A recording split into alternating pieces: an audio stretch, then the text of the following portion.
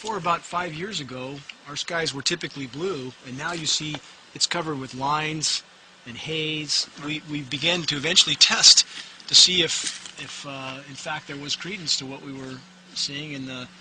From the first test in precipitation in spring of '06 that tested 7 parts per billion. We've since had tests that have escalated as high as 3,450 parts per billion. That's a 50,000% increase in aluminum.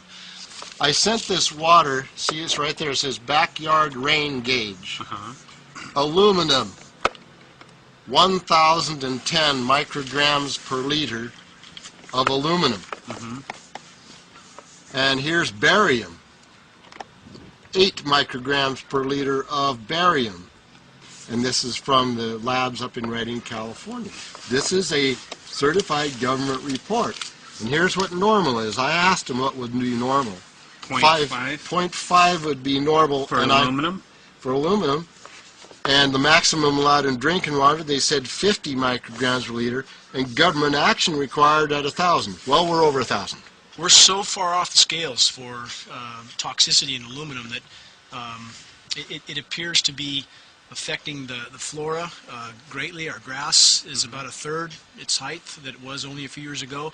A 35-year forestry biologist has done 50 pH tests. The rain across the board, every single test was 10 times or more alkaline than it should be. Even if you say, well, very poor stream, you might have gotten only 300. But even so, there's only 30 bugs here. In the same stream you're looking at about 1,000, how many years ago were you finding it? About 20 years ago, this had about 1,000.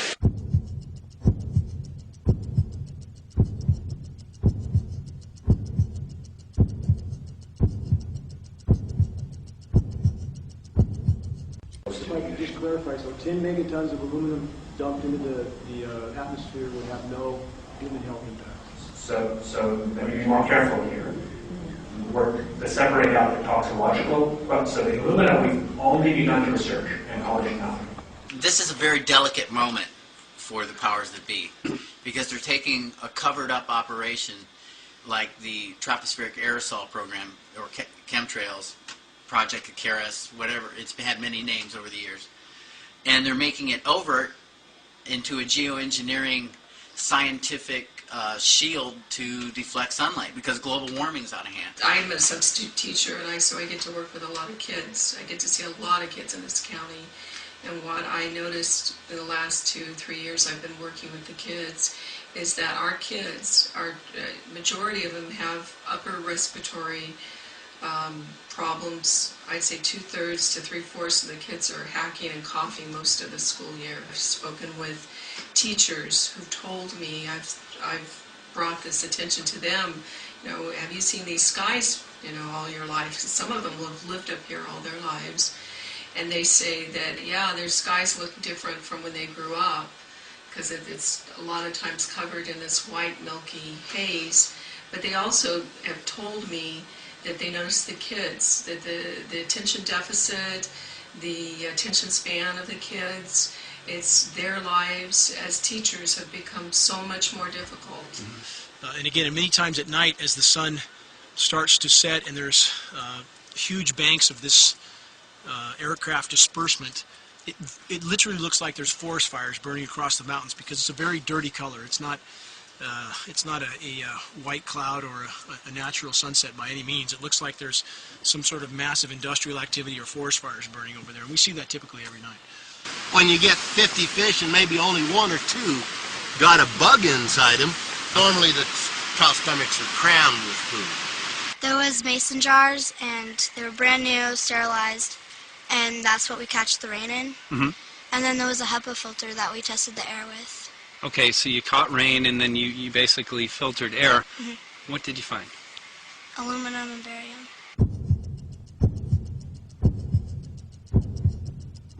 We haven't done anything serious on aluminum, and so there could be something terrible that we'll find tomorrow we haven't looked at.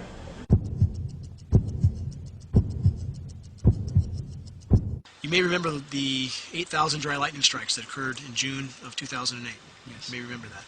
Again, my background, I've done lightning suppression work for Bechtel Power, and I've done worked in some of the first solar plants in the continental U.S. Atmospheric conductivity in the lower 48, I have read a couple articles that's been measured at 4 times its historical conductivity.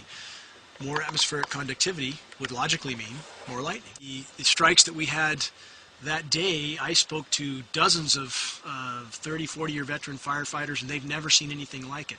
Atmospherically, they've never seen anything like it. And our skies were literally covered with aircraft trails the day that happened. But if you have a more conductive atmosphere, you're going to get more lightning.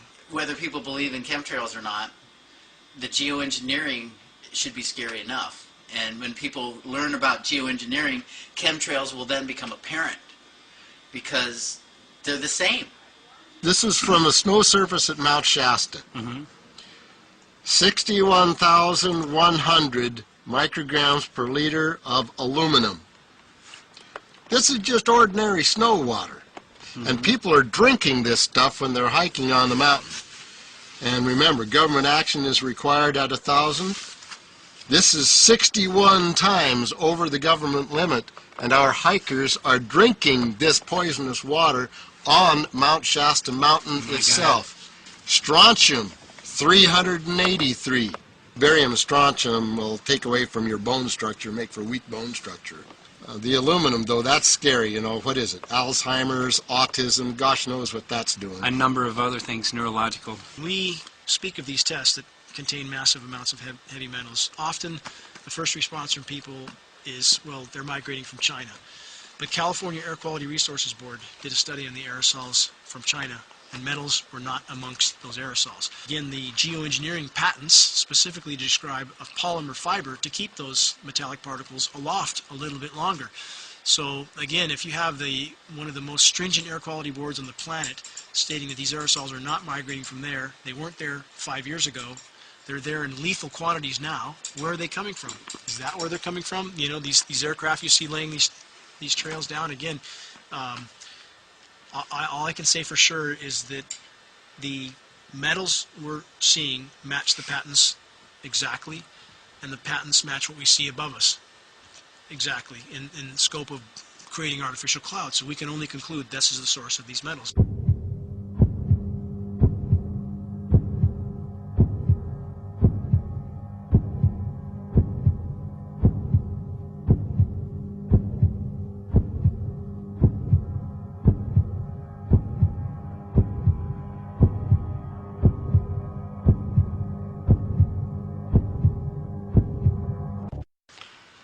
Maybe 6.8 if you look at the darkest little portions in there.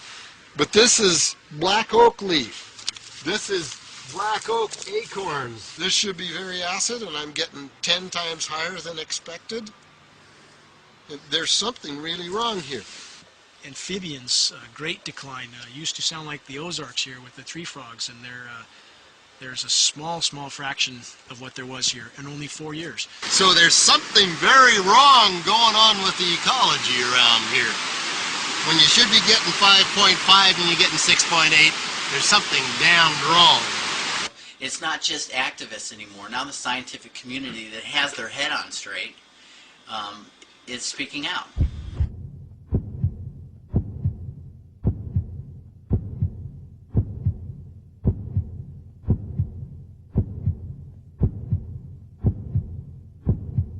I would be willing to more or less kill 18 Mississippians to save 1,800 New Orleanians.